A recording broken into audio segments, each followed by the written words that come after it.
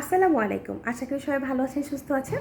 আজকে আপনাদের সাথে একটা টিপস শেয়ার করব। সেটা হচ্ছে অনেকেই জানতে চান যে ম্যাডাম আমি প্রেগন্যান্ট কিনা এটা বুঝবো কিভাবে? ঠিক কতদিন পরে আমরা টেস্ট করতে পারি?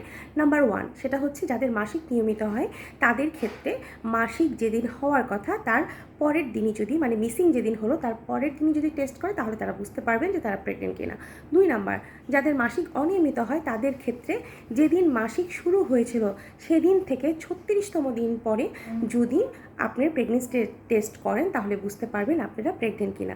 3 নাম্বার এটা হচ্ছে সবথেকে ইম্পর্ট্যান্ট। এইটা হচ্ছে আপনার যখন মাসিক হওয়ার সময় হবে তার আশেপাশের সময়ে যদি আপনারা দেখেন যে আপনার হালকা রক্তস্রাব হয়, যেটা আপনারা অনেকেই ভাবেন যে মাসিক হয়েছে এটা ভেবে ভুল করেন। যদি এরকম হয় তখন আপনারা প্রেগনেন্সি টেস্ট করে নেবেন, কারণ দেখা যায় যে এটা সাধারণত প্রেগনেন্সির একটা লক্ষণ। তো তখন দেখা যায় যে কনফার্ম হওয়া যাবে যে আপনি প্রেগনেন্ট কিনা। ভালো থাকবেন, সুস্থ থাকবেন। আল্লাহ হাফেজ।